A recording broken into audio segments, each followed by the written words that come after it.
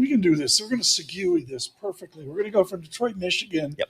to the Pacific Rim. We can only do that with William Lee. Bill Lee's chief economist, the Milken Institute. Bill, I don't know if you're up to speed on this, but basically Ford came out and said today their EV strategy is not working, billions of losses. China completely dominates. There's a foreign affairs article this month. It's literally in my suitcase, folks, on the way to Jackson Hole. Bill Lee, the Chinese EV strategy. How does America compete against that?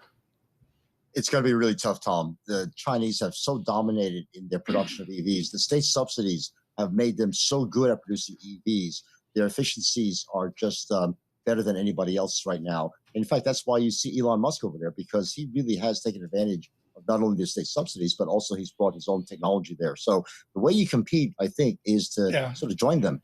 But that's true for a lot of these new energy industries, electric photos, electric, solar cells and battery and electric vehicles. So, Bill, a lot of investors, Western investors, got exposure to China through some of the big tech companies like an Alibaba, for example. And a lot of those folks who financed a lot of the growth for China technology, I think they feel like China's uninvestable now, given what the government has done to not only technology, but other parts of the economy. What's your view to those, or how do you respond to those types of folks? That's a great point, Paul. If you're already in China, like a Citibank, JP Morgan, even a Tesla, you can put more money in because you know exactly what you're getting into. You know the deals that you're getting into. You know the kind of market that you're going into, and you have a niche product. If you're a new investor, and a lot of our sponsors at Milken have talked about, how do you get into China now?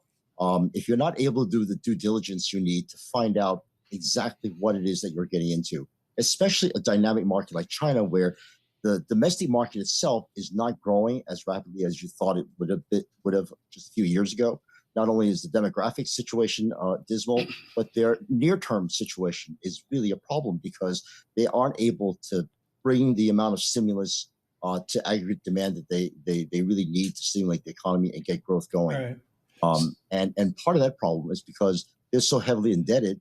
The size of the fiscal stimulus they need to bring is limited by the huge amount of debt that they have, not only at the general government level, but more importantly at the provincial level. Because as Tom, as you know, when you go into a deal with China, a lot of the deals are made with provincial governments. But now those guys are so heavily indebted, they can't make the kind of deals they used to make. Billy, I look at the currency movement here. And folks, I can't emphasize enough the persistency of trend of, for example, Singapore dollar strength, literally over 20 years. Now we have finally a legitimate dollar weakness. For Bill Lee of the IMF and of Milken, is it a legit weakness or is it just a wobble along the way of selected Pacific Rim strength? It reflects the shifting positions of these two economies, and in some ways, it represents the success of these currencies, both in Asia and the shift in the United States, where so much of our manufacturing prowess has really moved out of the United States, and that's what all of these CHIP Acts and all these U.S. subsidies are about, to try to bring back some of these jobs and reshore, or at least to friendshore, some of these supply chains. But again, we have to talk about the apparent historical success versus the prospective success going forward. Will China continue to be the super growth market? Will Asia continue to be the super growth market? For the latter, yes. It's very clear that given the demographics in ASEAN and India, there's a huge advantage and growth potential there. For China, not so clear. And as I said, the debt problem is really a huge problem for them, especially at the local level. And it's the off-balance sheet debt, the local government financing vehicles, as they call them. What do the EM central bankers, or for that matter, the managing director Georgieva of the IMF, what do they want from Chairman Powell at Jackson Hole? I think the one thing they want from the United States is a stability of policy and consistency of policy.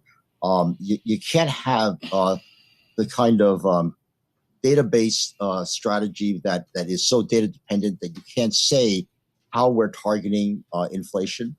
whether we're going to be continuing to subsidize certain industries to try to attract them back on board. I think the foreign companies, as well as foreign governments and our own government, our own domestic companies, are looking for our government to be much more consistent in our policies. Bill Lee, thank you so much with Milken this morning. Greatly, greatly appreciate it.